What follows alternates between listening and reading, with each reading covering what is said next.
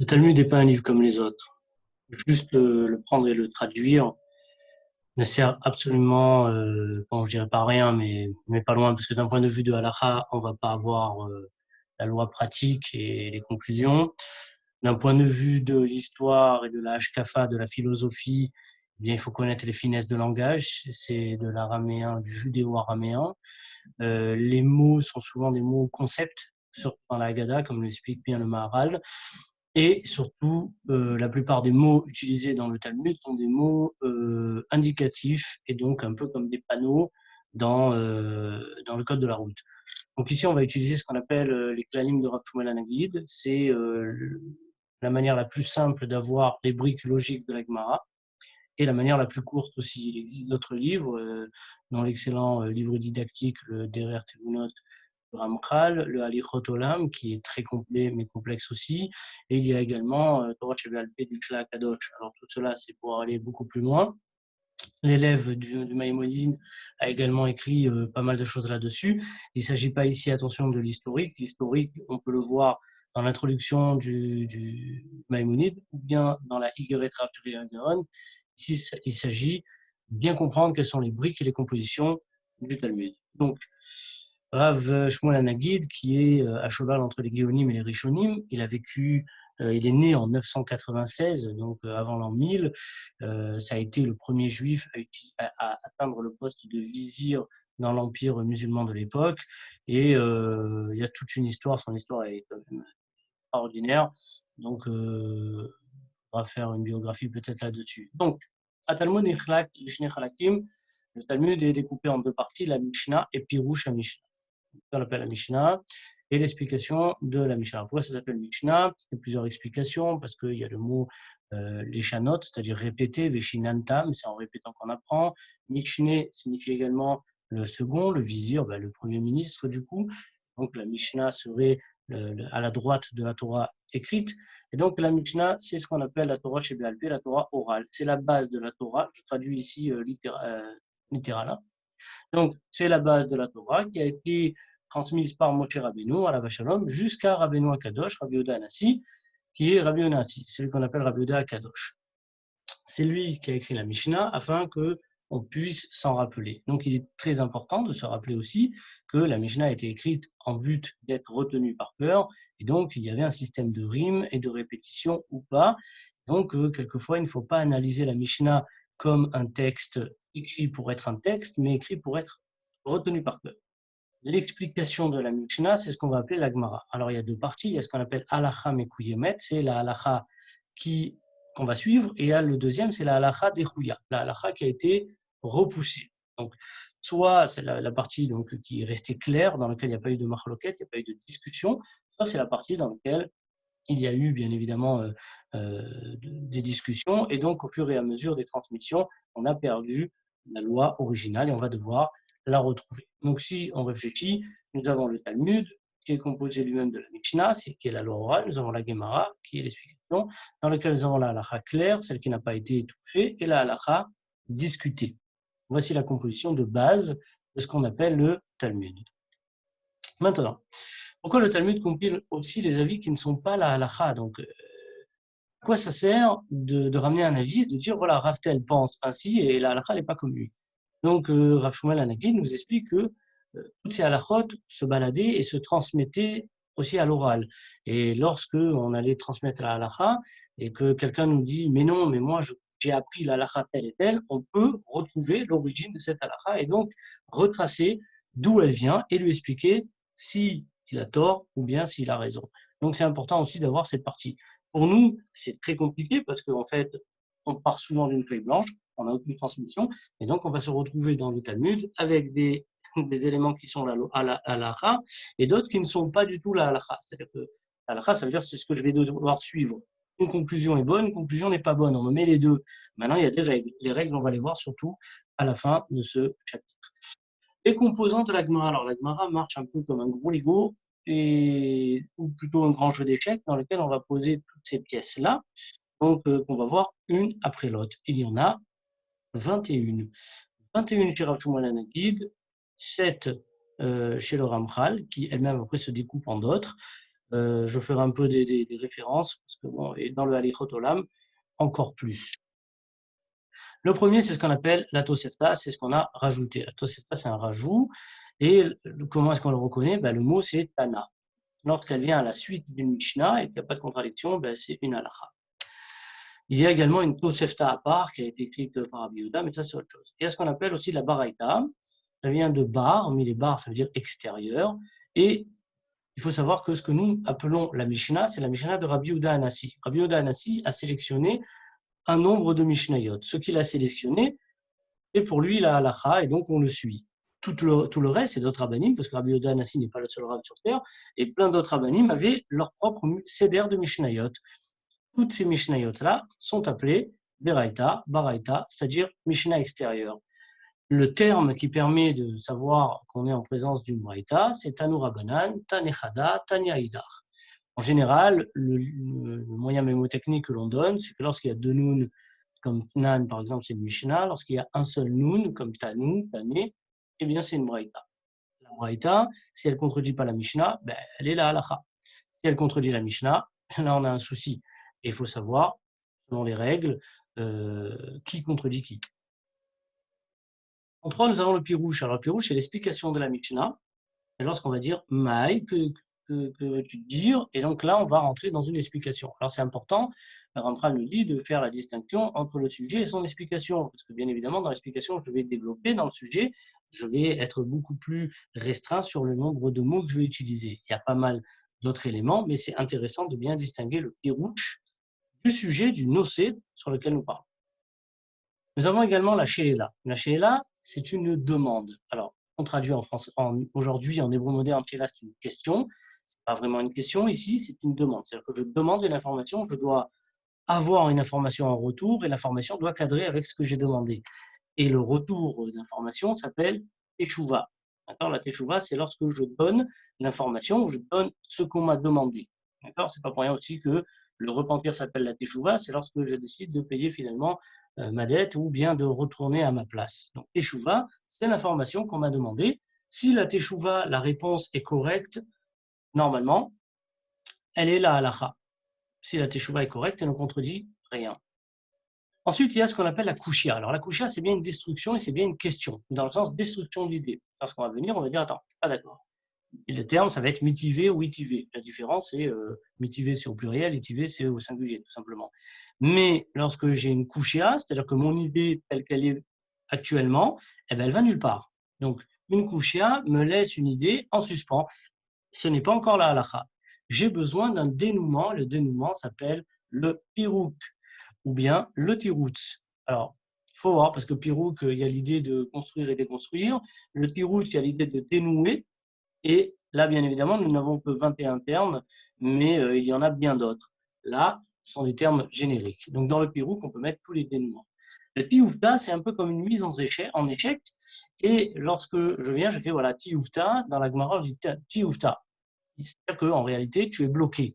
Maintenant, si tu es bloqué, tu ne peux pas bouger, vraiment, c'est échec et mat, ça s'appelle tioufta, tioufta. C'est-à-dire qu'il n'y a plus rien à faire, ta halakha, elle n'ira nulle part. On peut sortir d'une tioufta en faisant des galipettes et des espèces de manières de changer certaines caractéristiques. Et comme explique d'autres rabbanim dans d'autres livres, plus la galipette intellectuelle va être compliquée, moins ça va être la halakha. Plus ça va être simple, parce que plus on va au simple, plus on est dans le vrai. Le siwa, c'est une aide. Alors une aide, ici, chez Rav Shmuel Hanagid, amène le siwa et ne fait pas la distinction entre siwa et reaya. Reaya, c'est une preuve formelle, alors que siwa, c'est un peu comme mettre une béquille, c'est-à-dire que j'amène un élément qui va dans ton sens. Maintenant, l'imam essaye à aller. Si j'amène une Mishnah qui va dans le sens de Ravitel, eh bien, automatiquement, cette Mishnah va être un siwa. Rumia, c'est lorsque je viens et je mets deux idées en contradiction. Je viens et je te dis, regarde, Passouk 1, il dit blanc, Passouk 2, il dit noir, on les jette dans l'arène et tu m'expliques qui a raison, il y a un problème. Alors, tu ne me sors pas un truc gris, mais tu m'expliques pourquoi il y a blanc et noir. Donc, la Rumia, c'est quelque chose qu'on voit dans pratiquement toutes les pages, c'est la mise en opposition et en contradiction entre deux idées pour essayer de trouver un dénouement. La Hatzracha, c'est très intéressant, c'est qu'on part du principe dans la Gemara que lorsqu'on n'a rien à dire, on se tait. Alors, c'est quelque chose qui est très, très dur à comprendre aujourd'hui, mais pour Chachamim, il n'est pas question de dire un mot, il n'est pas question de dire une phrase si elle n'a pas sa place. À partir du moment où je dis quelque chose, je dois justifier. Alors, quelquefois, lorsque la Torah va donner deux, trois idées qui ont l'air d'être identiques, une espèce de copier-coller, j'ai besoin d'une atracha, j'ai besoin que la Gemara fouille pour savoir pourquoi est-ce que la Torah va ramener cette idée plusieurs fois. L'Atkafata, c'est un peu comme on a vu plus haut, mais c'est par rapport aux Émoraïm. C'est-à-dire, nous avons un ordre qui part du principe que plus on avance dans le temps, moins on contredit celui qui était avant. Les Tanaïm, ce sont ceux qui ont écrit la Mishnah, et eux, il n'est pas question en tant que Émora, c'est-à-dire celui qui est dans la Gemara. Donc nous avons les Avot, ensuite nous avons les Nevi'im, ensuite nous avons les Zugot, Tanaïm, Émoraïm, Rabbanan Svorae, Géonim, Rishonim, jusqu'à nous aujourd'hui. Un Émora ne peut pas casser l'idée d'un Tana. Par contre, il peut tout à fait venir dire à quelqu'un qui est contemporain, je ne suis pas du tout d'accord avec toi. Donc, Katkafata, c'est que je viens et je rentre dans ton idée pour essayer de la détruire, pour essayer de la maintenir. Mais bon, ici, une Katkafata, c'est lorsque il y a un débat d'idées. Bien évidemment, ça doit se jouer sur personnes qui vivent en même période. La chronologie peut être très intéressante. Le Maasé, c'est une histoire. Alors, c'est intéressant de savoir que lorsqu'on vient et qu'on vous dit « il est arrivé qu'un tel a fait ainsi et un tel a fait ainsi », on n'est pas en train de raconter une histoire, surtout si on est en train de parler de halakha. On est en train de vous expliquer que puisque ça s'est fait, et en fait, c'est jurisprudence, hein, il y a eu jurisprudence, mais puisque ça se fait et c'est comme ça, eh bien, c'est la halakha, point barre. Un Maasé, normalement, lorsque la Gemara ne vient pas donner de distinction particulière ou d'éléments particuliers, le Maasé finit l'affaire et on dit puisque Rabbi Akiva a fait tel, puisque Rabbi Shimon considérait que c'était moutard, puisque Hillel Azaken considérait que les Tfilin c'est comme ça, ça s'arrête là. Le Maasé, c'est donc l'histoire qui vient confirmer la halakha. Nous avons la Shema Teta. Shema Teta, c'est le nom de toutes les halakhot en fait, un article de loi. Donc, n'importe quelle loi qu'on va utiliser, alors ça peut être une Shema Teta, qu'on va utiliser comme Reaya, c'est-à-dire que ça peut être un article de loi qui va me servir de preuve. Ça peut être une Shema Teta qui va me servir de Rumia. C'est un article de loi que je vais utiliser pour contredire une autre idée. Bref, c'est partie des briques logiques. La Sougia, ce qu'on appelle Sougia, c'est un morceau, c'est une partition, et c'est intéressant de savoir où commence une idée et où elle est censée finir. Dans le Talmud de Vilna, il y a des points, il y a une espèce de ponctuation, mais il est très intéressant de savoir reconnaître les briques logiques parce que très souvent, la logique de l'imprimeur n'est pas la nôtre ou bien n'est même pas celle qui est originale au Talmud. Il cheta, tout simplement, lorsque le Talmud nous fait la fleur de nous dire directement ce qu'il en est au niveau de la halakha. On vous dit il cheta kar vekar, la halakha, c'est ainsi et ainsi.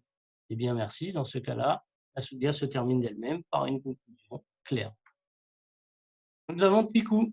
Tikou, c'est une impasse. Donc, d'où vient ce mot Tikou? Certains, il y a plein d'explications.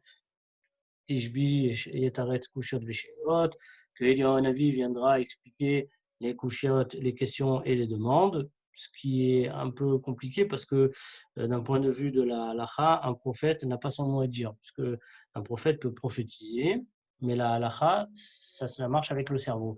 Donc, depuis que la Torah a été donnée aux hommes, si on veut prouver que la halakha est comme nous, il faut le prouver logiquement. Il n'y a aucune prophétie, ça veut dire un rave qui vient demain et qui me dit, tu sais, la halakha, elle est comme ça, et que moi j'ai des gmarot et des psukim qui disent l'inverse, et il me dit, mais tu sais, je suis prophète, même si c'est un vrai prophète, vrai validé avec tampon, diplômé par le bon Dieu lui-même, je peux lui dire, je ne suis pas obligé de t'écouter. Donc c'est un peu bizarre. Tikou plutôt, certains Rishonim m'expliquent que tik c'est un sac, et donc en fait il y a une réponse, mais elle est enfermée dans un sac. Donc nous sommes dans une impasse. Ça veut dire qu'il n'y a pas de solution. Il y a une solution, mais la solution, je ne l'ai pas. Alors qu'est-ce qu'on fait? Eh bien, si c'est de l'argent, si c'est dans les halakhot d'argent, la khumra, c'est-à-dire qu'on suit la vie le plus dur.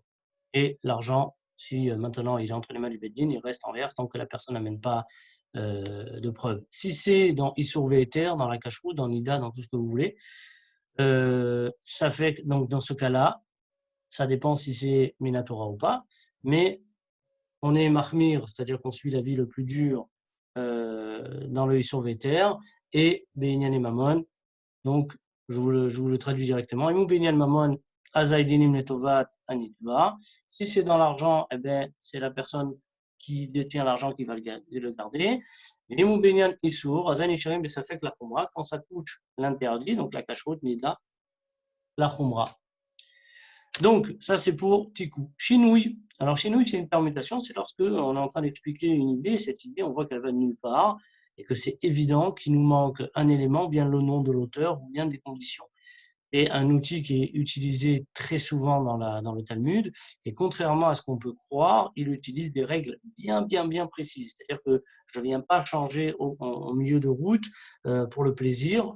C'est que apparemment il pouvait suivre l'avis de l'un, mais il va suivre l'avis de l'autre. Je ne viens pas changer le contexte aussi, parce qu'il faut savoir que les éléments qu'on va nous ramener dans la Gemara, ça va être des fois des espèces d'instantanés, et c'est pour ça qu'on va donner un maximum de détails. Et vous pouvez avoir des détails qui peuvent vous sembler des fois un peu bizarres, comme il était à la porte, il a touché la mezouza, il s'est assis par terre, il a d'abord levé son sac, enfin bref, des détails qui vous vous dites, mais pourquoi? Ben, comme on a besoin du contexte, et très souvent, juste avant une halakha, ben, la halakha a besoin du contexte, on essaie de ramener un maximum d'informations. La Haggadah, alors c'est la partie philosophie. Alors c'est très particulier. Beaucoup de rabbinim ne voulaient même pas l'enseigner parce qu'il y a des histoires qui ont l'air un peu, qui ressemblent à des fables. D'accord? Donc toute partie, voilà ce que nous dit Rav Shmuel Nagid, c'est Loye Mitzvah, qui ne parle pas de mitzvah, Zoé Haggadah, c'est ce qu'on appelle Haggadah, donc un récit. Moi j'ai mis philosophie parce qu'en réalité ce sont des idées à développer. Apprends ce que tu as envie d'apprendre. C'est une manière de l'avouer, le désavouer aussi, c'est-à-dire que ce n'est pas une halakha. C'est-à-dire que ce que les rabbinim vont nous dire, en son primanem, on ne peut pas venir dire ah mais j'ai lu dans tel et tel Gemara, dans tel et tel Haggadah que par exemple pour Mashiach on m'a dit ça et ça, donc pour moi la halakha c'est ça.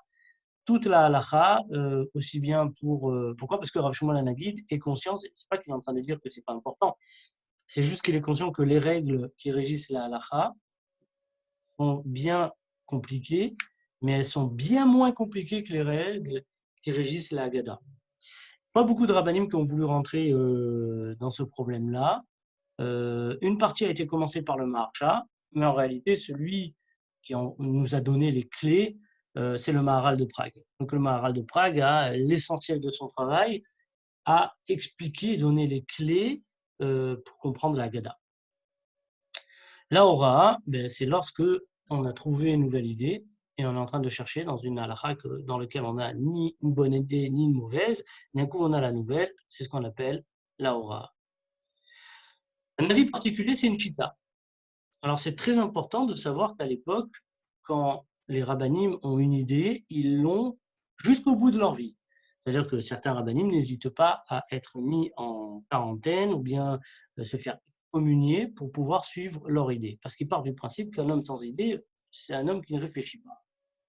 Et très souvent, donc là-dessus vont jouer beaucoup de rachis et shivot pour faire des shiurim intéressants. Très souvent, la vie qu'on peut avoir, qu'on peut trouver chez un rab, par exemple, une discussion très connue entre Rabbi Shimon et Rabbi Yehuda, mais dans tout le chasse, on retrouvera Rabbi Shimon et Rabbi Yehuda en train de discuter, et si on s'amuse à fouiller au fond, eh bien on retrouve toujours les mêmes idées en contradiction.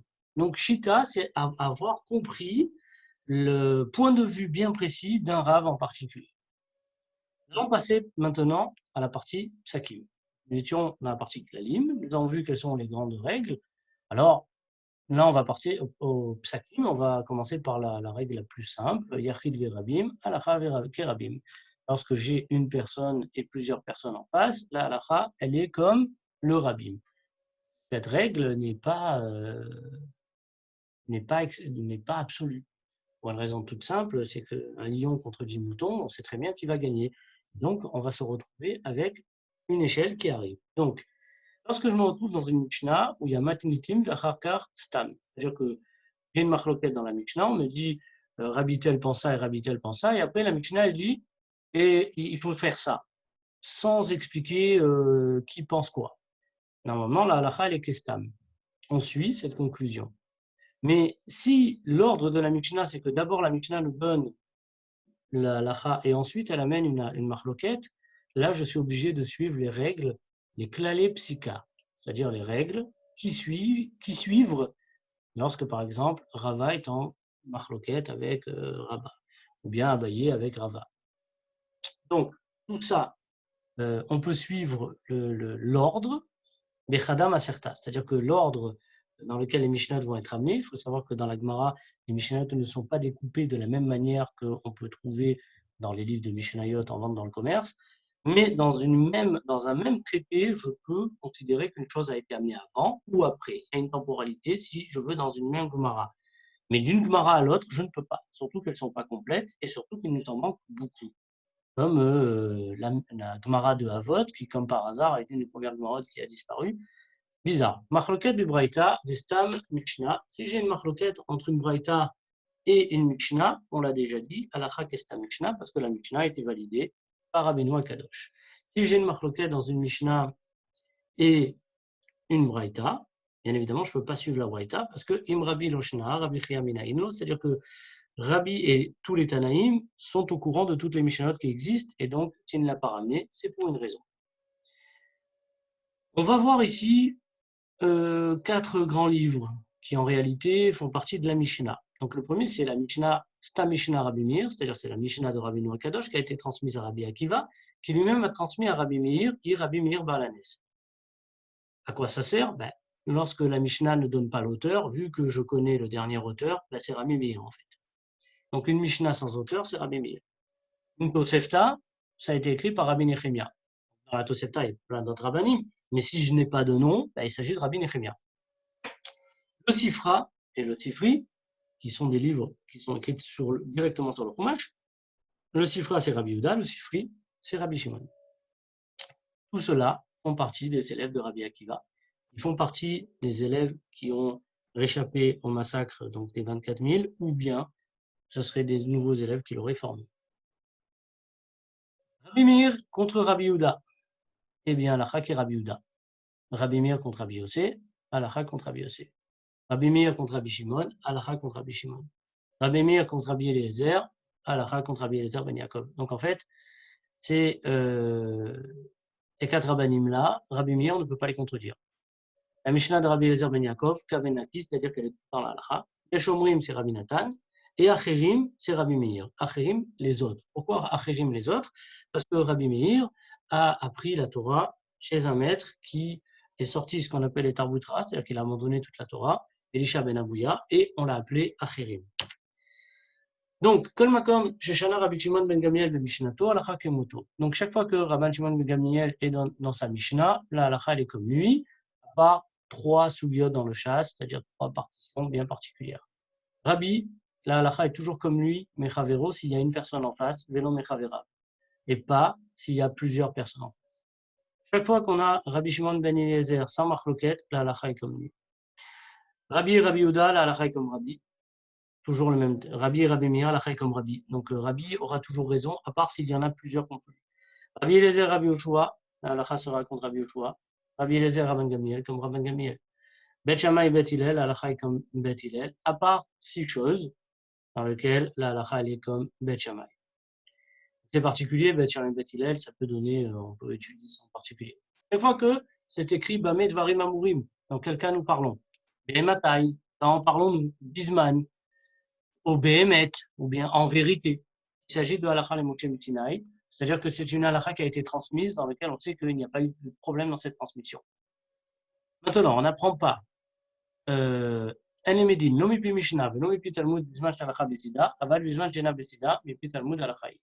Si maintenant j'ai une conclusion d'un point de vue de le Talmud me dit que la halakha c'est ça, bien je ne peux pas m'amuser à transformer et dire ah non, non, ça peut être peut-être qu'ils ont mal compris. Non, la conclusion qui a été donnée, je la prends et je l'accepte.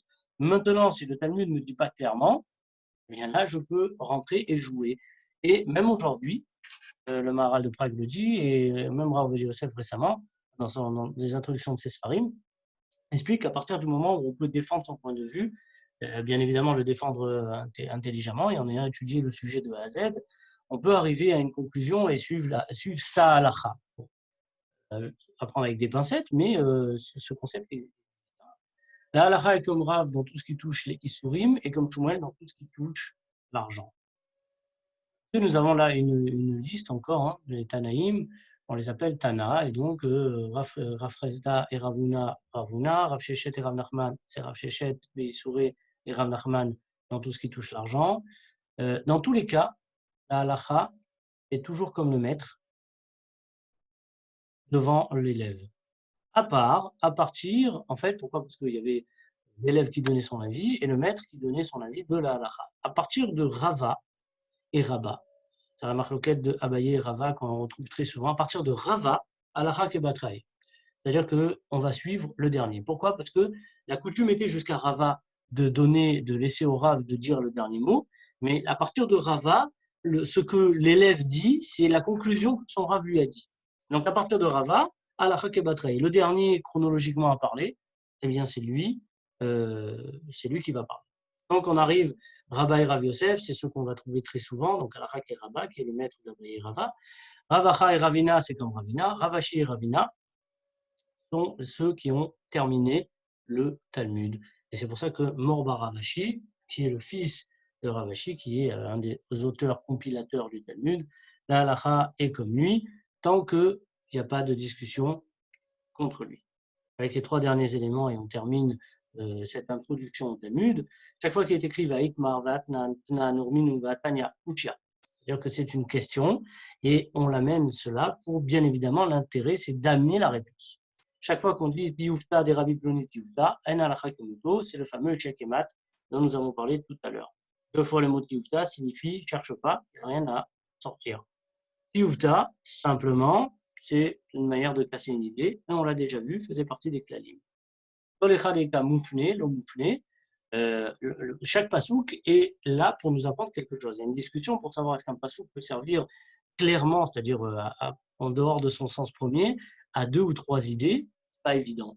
Maintenant, un pasouk qui bien évidemment est libre, c'est-à-dire qu'il n'a pas été interprété pour greffer une halakha dessus, je peux m'en servir moi-même pour greffer une halakha. Ça s'appelle moufné. Il est vide, il est accessible et donc on peut l'utiliser.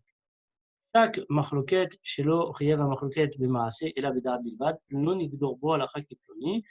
Lorsqu'il y a une discussion dans des idéaux et il n'y a pas de différence dans la pratique, c'est-à-dire que dans la pratique, il n'y a pas de différence dans la halakha, on ne peut pas s'amuser à suivre la halakha et dire la halakha c'est comme lui ou la halakha c'est comme lui. En fait, il fait encore référence à toute la partie agada qui, comme on le sait, peut amener beaucoup de gens à dire n'importe quoi. Et très souvent, la plupart des idées un peu débiles que l'on peut entendre et que l'on attribue, les gens attribuent ces idées au Talmud, font partie de la Haggadah.